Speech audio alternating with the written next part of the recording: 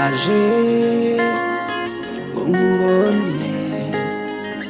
mfite inyota nkoraho ku maso mbone ibikwiye ineza yawe niyimagurukije hano ibyo nkorera birenze urugero mwami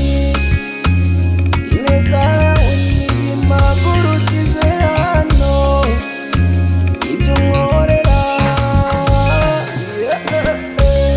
Yesu we urakora niki cyakunanira hari ibyo wankoreye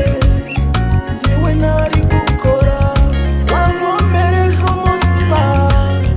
muri bigoranye nzahora nzirikana ineza wangiriye urakora urakora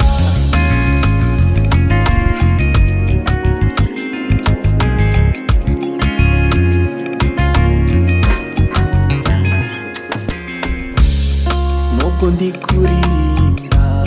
ndaririmba ubuhamya